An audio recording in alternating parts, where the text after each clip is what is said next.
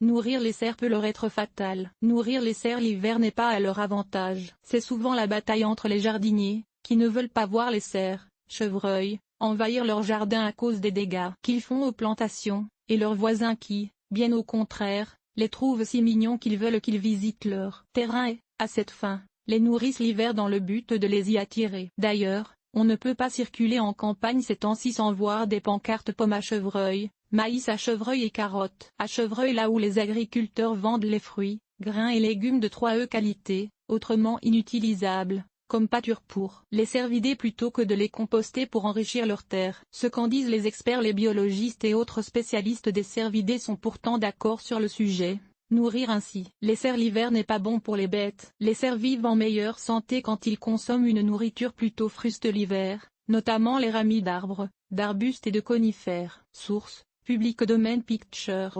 Net c'est que les cervidés ont une alimentation qui change selon la saison.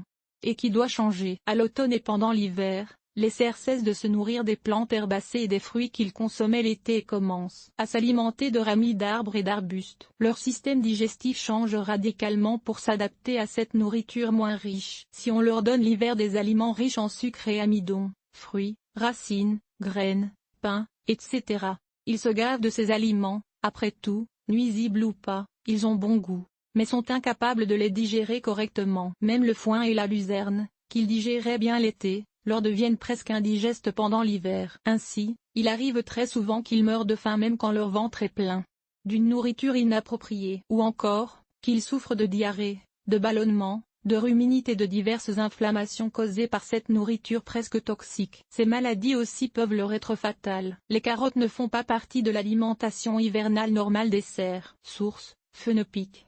Comme de plus, en nourrissant les cerfs artificiellement, on attire les cerfs près des résidences alors que, à cette saison, la nature prévoit qu'ils se tiennent dans des ravages au fond de la forêt. Cette proximité ne leur fait pas le moindre bien, mais, au contraire, augmente la mortalité causée par les accidents routiers, les chiens et aussi, il faut l'admettre, le braconnage. Les animaux ainsi nourris sont aussi plus sujets aux maladies infectieuses et aux parasites, les tiques, par exemple, et les transmettent à leurs compagnons à cause d'une promiscuité contre nature. Vous tenez à tout prix à les nourrir? Voici ce que le ministère des Forêts, de la Faune et des Parcs du Québec dit au sujet du nourrissage artificiel des cerfs l'hiver. Ayez le bien-être des cerfs à cœur. Ce sont des animaux sauvages et nous vous invitons à laisser la nature s'occuper d'eux. Nous déconseillons le nourrissage artificiel des cerfs en hiver à des fins de loisirs. Si vous insistez pour les nourrir malgré l'avis des biologistes, voici quelques consignes: privilégiez des branches, érables, tuyas, etc., plutôt que des aliments artificiels.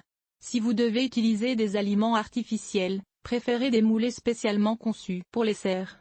Riches en fibres et faibles en protéines, choisissez plusieurs sites de nourrissage, afin de favoriser une meilleure dispersion des bêtes, loin de toute route ou résidence.